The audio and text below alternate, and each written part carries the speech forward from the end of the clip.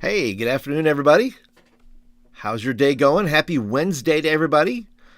Paul Turner here from the discipleproject.net, here with another office hours for you where I answer youth ministry questions, hopefully your youth ministry questions. If you have some, would love to answer them. Be sure to go ahead and leave your question in the chat or down below, and would love to answer those questions. But that's what I do every Wednesday, 2 p.m. Central Standard Time. I answer your questions. I open up my office and say, come on in. Come on in. Have a seat. Can I get you a beverage? What's on your mind? How can I help you? It's what I do because I'm passionate about youth pastors. I'm passionate about youth pastors developing and building successful youth ministries. And I want to be able to answer your questions so you can be able to do that. I want to take my 30 years of youth ministry experience and give it to you in bite-sized pieces to help you move your youth ministry forward. Because I think that's an element I think we're missing. We watch,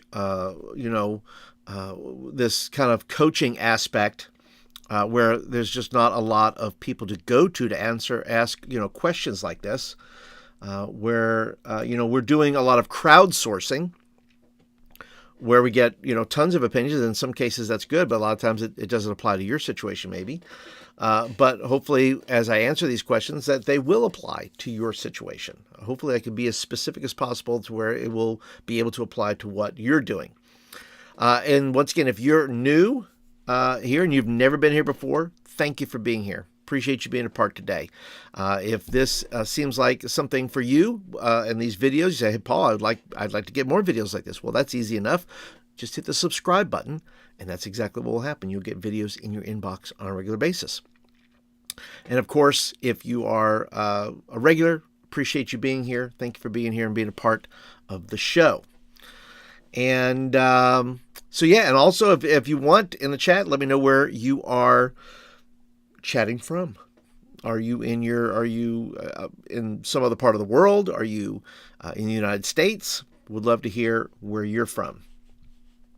And if you're looking for resources, by the way, resources can be found. I have over 100 resources over on gumroad.com/youthmenresources. And there's a ton of stuff there.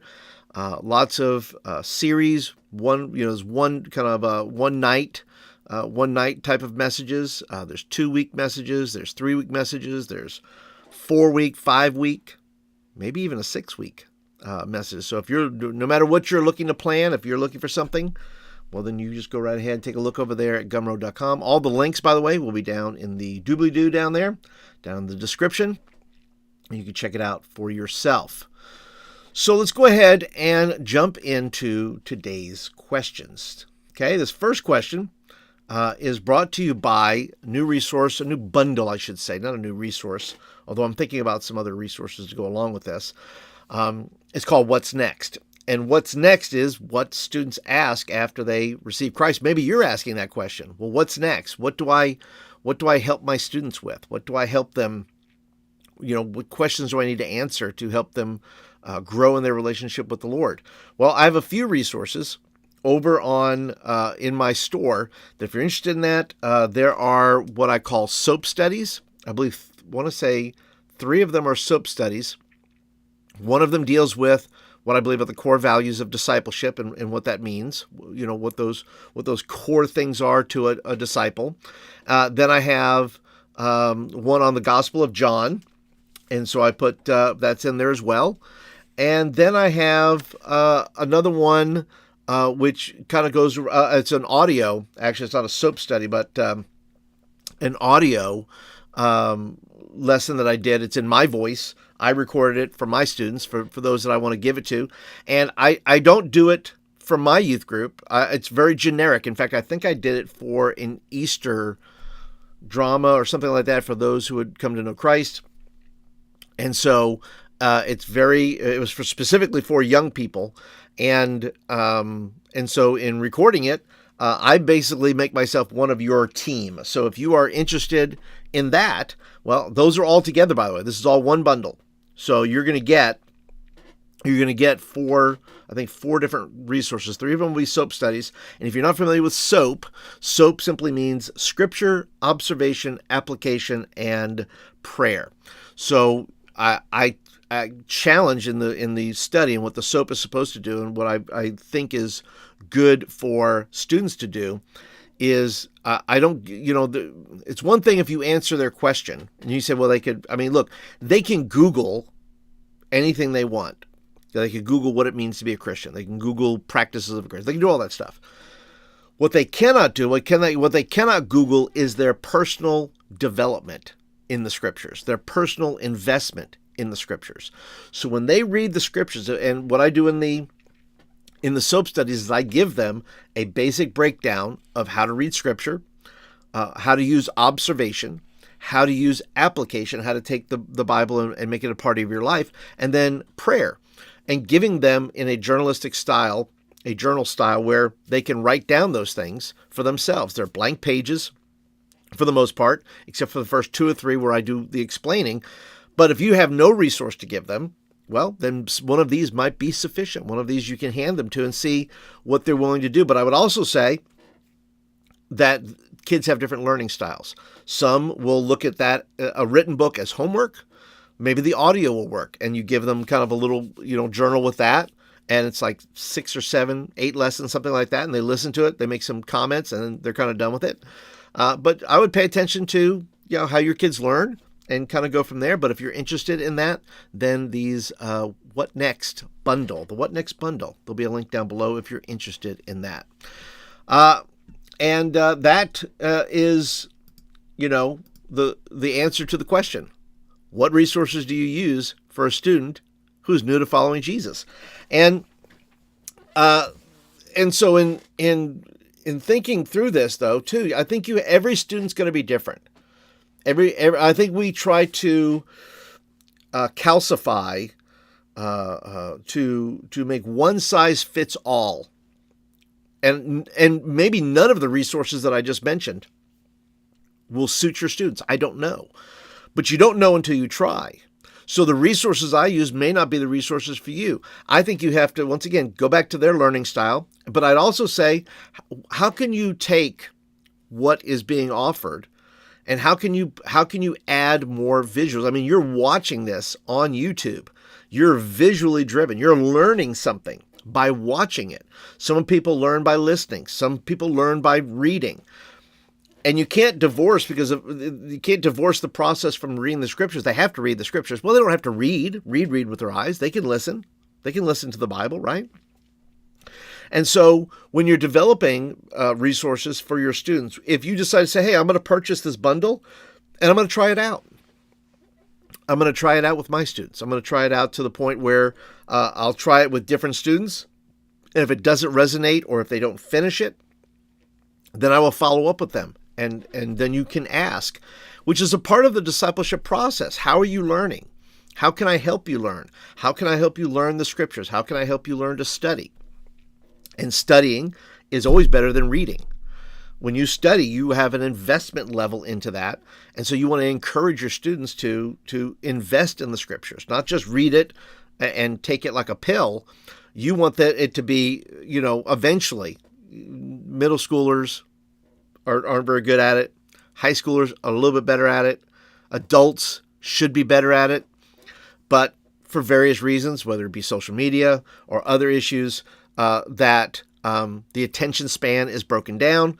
And so we're trying to find the best ways for our students to learn what it means. But like I said, what they cannot Google is they cannot Google what the Holy Spirit will tell them from reading the scriptures. So I would say that whether you choose a bundle of resources like I have or something else, pay attention to how your students are learning. Is there a way to add pictures, graphics? Is there a way to add a component to where it's interactive, or where you're doing one-on-one type of answering questions type of thing? However you choose to do it, have something. I think that's ultimately what every youth ministry does. Have something that if a student commits their life to Christ, offer them something. be it video, be it audio, be it a journal, whatever that is, have something for your students. And whether you get it from me or you develop it yourself, I think your students would appreciate you writing the material because you hear their questions, you know what they're about. And so maybe it's time, a challenge for you to say, okay, I'm going to go ahead and I'm going to write my own curriculum. I'm going to write my own stuff so that I can better communicate with my students because I know them best. Right? So that's my encouragement. Find something that works for your students, and if you can't find anything else, write it yourself. So your commentary is welcome. If you tell me what you think there in the chat, what your thoughts are. Maybe you've written something. Maybe you use something. I don't know. You tell me. I would love to hear what you are using. Leave me a comment down below. All right, let's go ahead and move on to question number 2. I asked 3 questions. And so question number 2, question number dos. Okay. Question number 2 here on office hours is going to be brought to you by the Disciple Project Outreach Manual. If you're looking for a different kind of idea for discipleship, this resource right here is right there is going to be different, and it's not a typical viewpoint of breaking down into small groups and things like this. This is very much about going and doing. The first part of the book is my thoughts and ideas about discipleship and what I think the Bible says about discipleship and how Jesus discipled others and what we're being asked to commit to. And then the second part is a program I developed called the Disciple Project, which is kind of the namesake of my website, thediscipleproject.net, which I talked about already. But it's meant to encourage students to go and do, and for you to take, as a youth pastor, take those steps with your students to get them going and doing, and taking the Wednesday night to do it. Not waiting for another special event, not doing things once or twice a year, but rather doing a sequential, I think that's it. Sequential amount of weeks to where they are all tied into each other from one month to the next month to the next month. Now, I offer options in this as well. You don't have to take, I did mine like 8 or 9 weeks. I took 3 months to do this with my youth group. And it was a unique experience. It has to be unique to the DNA of your church. It has to be something that you develop. It has to be something that you create a taste for, because you're asking students to give up their Wednesday night to go and do ministry. And that's ultimately what you're doing. You're taking that hour to hour and a half or 2 hours and saying, guys, we're going to use our Wednesday nights and we're going to use them very, very differently. Here's what we're going to do. And throughout the book, I share those ideas with you, because if we're concerned about students not getting why it's important to live the gospel, I would say that most teenagers are not put in a position where they get to serve or do something in a group context. Sure, they have individual challenges, but they got to handle that individually. But how many times do they get to do it corporately with their youth group, with other stronger believers and other believers around them who can model this? There's no model for them to follow except what we sometimes create for them. So I would encourage you to take a look. Link to that will be down below with the other resources as well. And take a look at it for yourself. Is this something that would work for my group? I don't know, but you can certainly check it out for yourself. All right, so let's go into the question. And this is what this question here prompts ideas in my head. It's a good question. Our church is starting a youth group from scratch. Some think having youth on Sunday is a bad idea because kids won't come. What do you think? So here's my thought on that. If you're starting a youth group from scratch, I think it's an excellent opportunity to start it on a Sunday because you are inviting students into your church on a Sunday. And yes, even on a Sunday morning, why would you? Why? I mean, I know there's a lot of takes on this, like, oh, we want to create just a space for youth, and I'm a very big proponent of having intergenerational youth ministry, and the body of Christ participating with one another, at the cellular level, but at the spiritual level at least.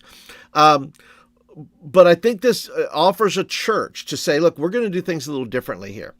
Instead of creating a space for students to invite them to, we're going to invite them into a relationship with our church about who we are. Because now you're telling, say, guys, we have a story we want to tell you, and we would like to invite you into that story of us.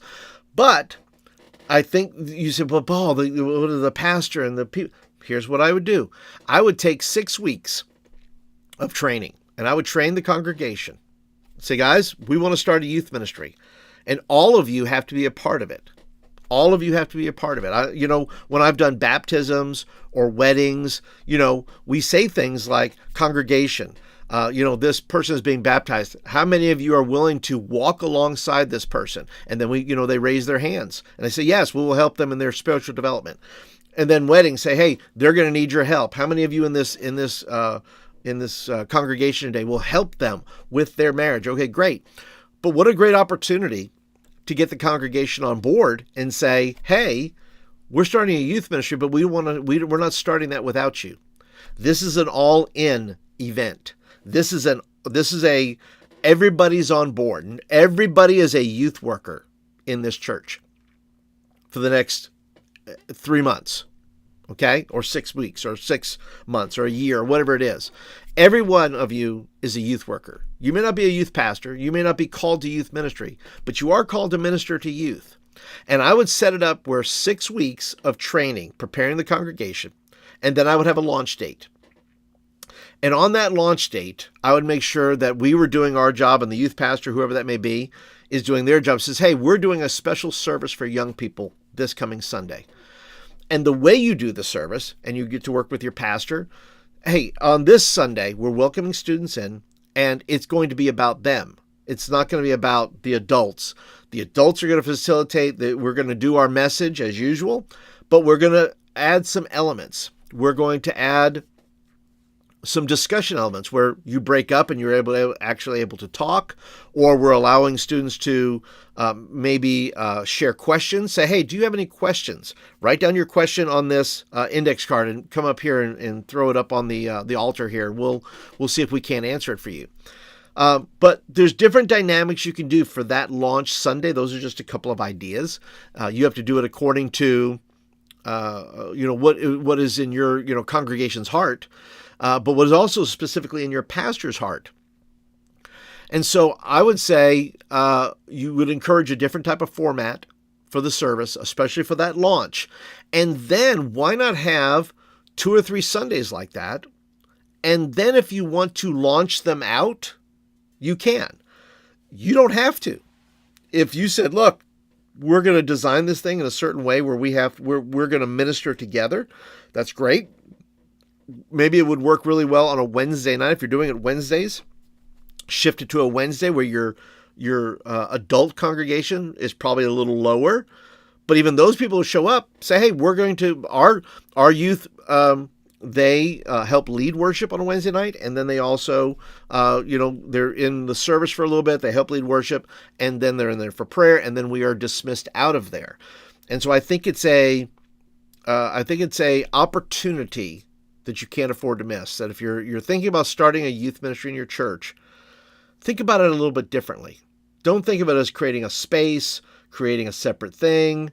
Start with who you are as a church. Look at your DNA and then say, who are we as a church and what are we inviting students into? And how can we best minister to them? And are we willing to shift and change as a congregation to meet those needs? I would say that if the congregation is resistant against that, then I would not start a youth ministry. I just wouldn't, because if I can't get the investment from them, if I can't get the buy-in from them, then I don't trust that they're going to minister to these students well, and I just wouldn't start it. but that's just me. I think there's an opportunity that when you start a youth ministry, I don't think you start it separate from the congregation. I think you start it within the congregation. I think there has to be not a buy-in from the pastor or the budget, and people are more than happy to throw money at the thing than put real skin in the game. So I think they need to go ahead and commit. And I would make sure that if you're launching a youth ministry, whether you're having it on a Sunday or Wednesday, whenever you may having it, but if you're launching it, I would make sure that you have full buy-in from the congregation, and I would do it very, very differently. I would do it very differently so that the students that you're inviting from the neighborhood, from other places, friends that are going to bring friends, they understand that they're not just joining a youth meeting. They're part of a larger net that they're becoming a part of. And I think it's an opportunity to get buy-in from your adults, and they get to minister alongside. But anyway, that's my thoughts. You tell me what you think down in the comments. I would love to hear your thoughts on the subject, on planting a youth ministry. So yeah, those are my ideas. Question number 3 is coming up. If you're joining us, once again, if you're just jumping into the stream here, first of all, welcome. Thank you for being here.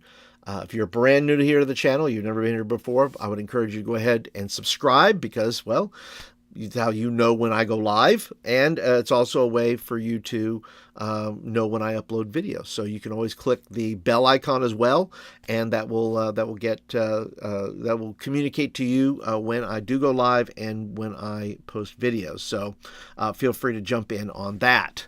But yeah, if you have a question about youth ministry, or you have a question about your program tonight or something that's going on, you can drop it in the chat. And I will hopefully be able to answer it. And of course, you're welcome to comment along the way. But this is question number trace that I'm going to get into, and then I'm going to get out of here because I have things I have to do tonight. I am actually preaching on the Jewish feasts of the Bible, and it's coming along.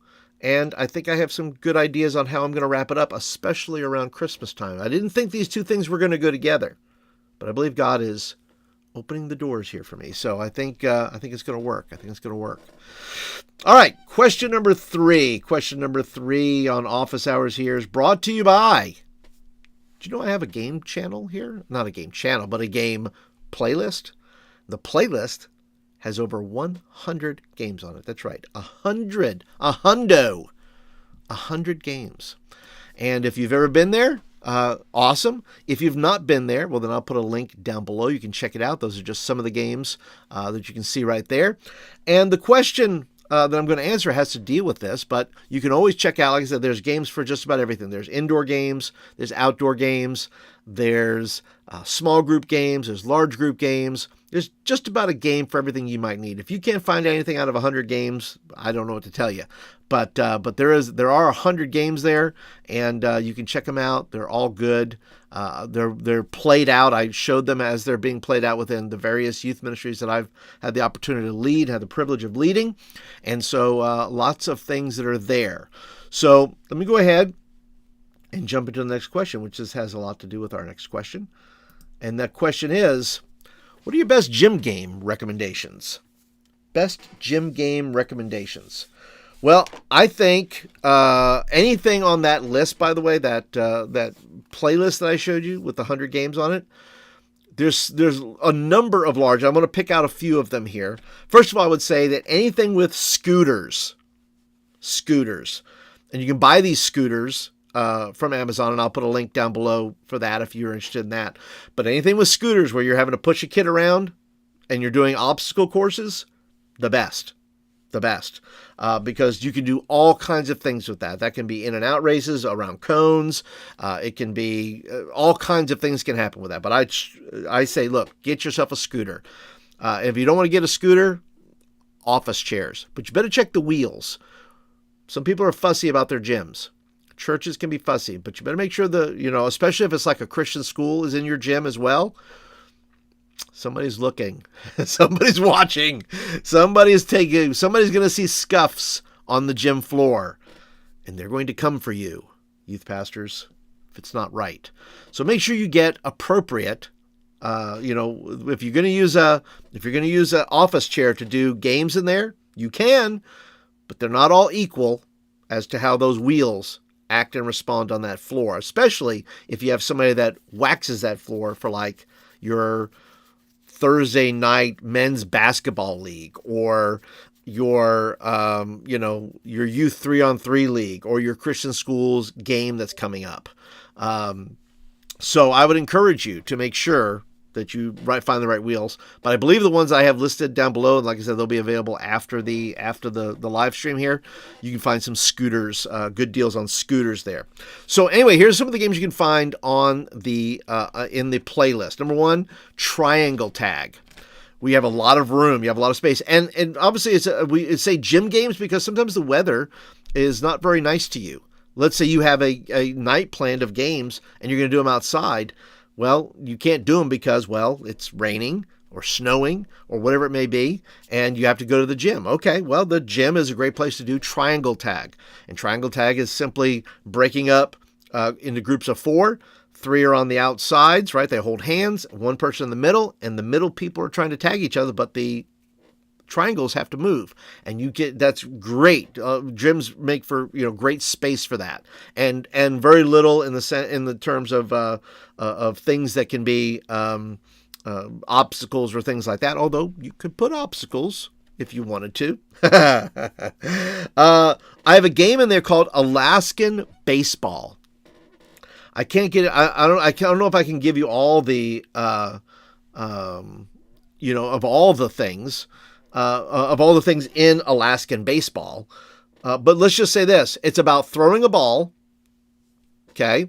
You're going to throw that ball. Team, and I explained it all in the video, by the way. But the brief breakdown is you throw that ball, and the team who has to go get that ball has to go get it, and then they have to do it like an over-under with that ball, over under, and time-wise, they have to basically beat that time of doing that. The team that has thrown the ball, by the way, the team that has thrown the ball can do. They're trying to accumulate points, and the other team's trying to accumulate points, and so I'll leave it at that because I think I am misremembering things, so I'd rather not confuse you. Just go watch the video. Links below. Watch the video. Alaskan Baseball is a lot of fun to watch. A lot of fun to play. Then you have Dragon Tag. Once again, you have a lot of room. All you need for this is a bandana. You have teams that have to hold on to each other, and they cannot break.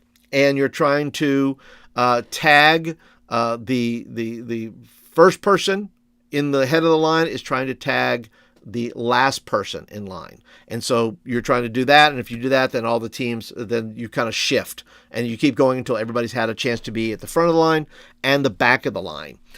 Capture the Flag is a great game to just play in the gym.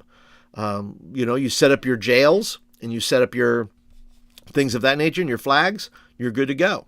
Okay. Nerf Wars. And I think it's a great place to put up. They have these inflatable things that you can get that you can set up in your gym that you would normally use for paintball, but I think it would work really good for Nerf Wars as well. So be sure to go ahead and think about that. But also look, even if you did, big cardboard boxes, refrigerator boxes, things like that. Go to your Home Depot or Lowe's and say, hey, do you have any refrigerator boxes? And set those up all over your gym to use as things that they can hide behind and stuff like that. But if you want the blow up ones, I'll have links down below as well. In fact, the link will be, if you're interested, I have a whole thing, a guide, a youth pastor's guide to creating an epic Nerf night. Now, if you're interested in that, there'll be a link there. All you have to do is sign up for my newsletter, and it comes with all the resources that are in there that you will need to pull off an epic Nerf night. And Nerf night inside a gym can go really, really well because you have so much room. You can have so many people involved. It works out really, really well. Spud is another great game where you have to take a ball and you bounce it super high and you call out somebody's name. Think of it like like a dodgeball version of the basketball game. I can't remember what that's called now. What am I thinking about?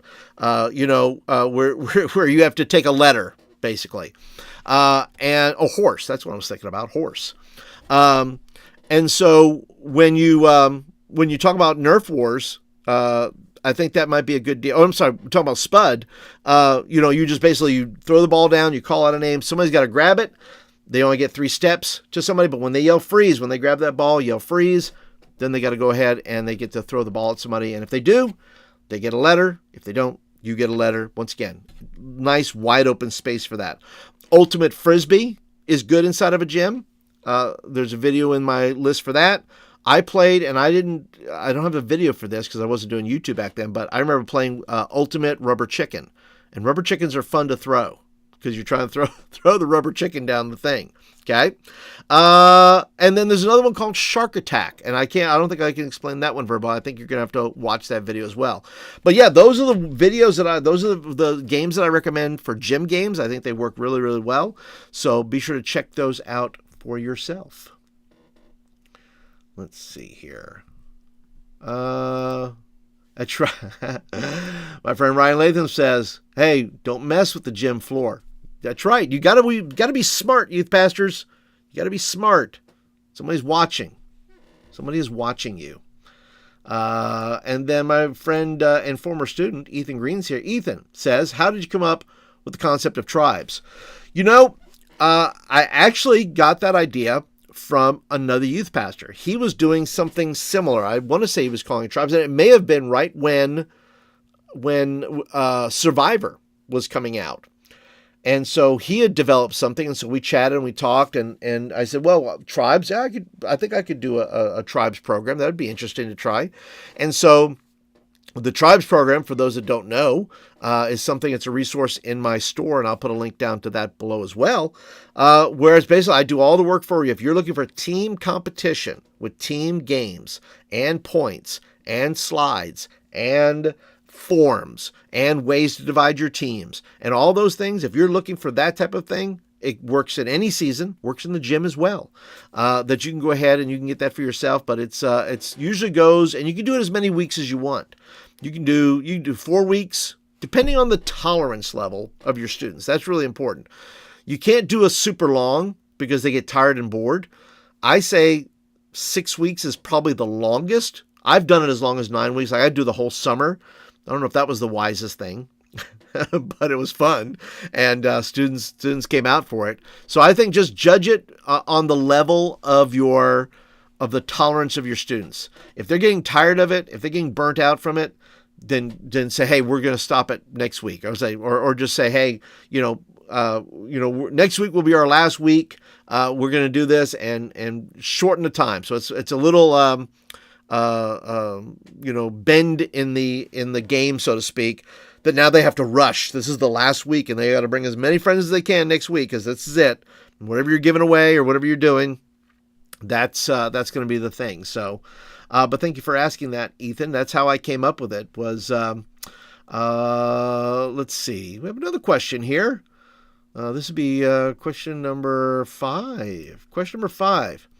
And Joshua Nick says, what recommendations would you make for things that non-sporty students can do at a Christmas bash? It will basically be an open gym with basketball and volleyball till 10 p.m. after our local Christmas parade. It's a great question, Joshua. Joshua, could you set up, and these are just ideas off the top of my head, things for non-sporty students to do at a Christmas bash. Example, if you have theater kids, right? Why not set up some sort of Christmas karaoke? Christmas karaoke is a lot of fun. Having hot chocolate. In other words, you have the gym, and my mind thinks, there's the fellowship hall, and then there's the gym. So what can these students do? I would set up board games. I would go and find me a bunch of board games. Ask parents, other students, hey, bring a board game. Let them go ahead and play board games in there. Let them have hot chocolate. Let them have, karaoke. Let them You could play a group of like a charades type of thing. You could do a game show type of idea that doesn't necessarily involve everybody. But if you want to keep it just loose, I would just have a bunch of things they could do: chessboards, checkerboards, puzzly things that they can figure out.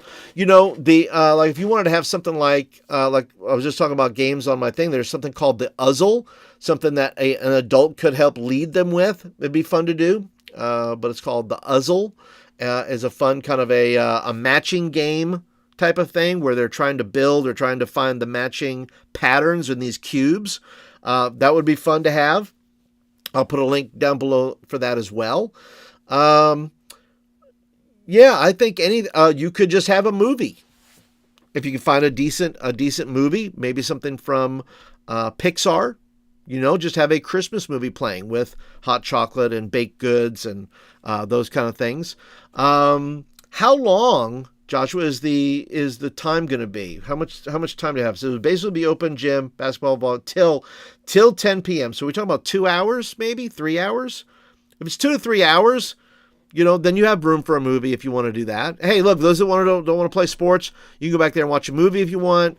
If you don't want to do that, we have another section here for games and have something like that. You could bring in video games. That if you wanted to bring in some video game systems, you could do that. Old school. Why not go old school? Get some NESs.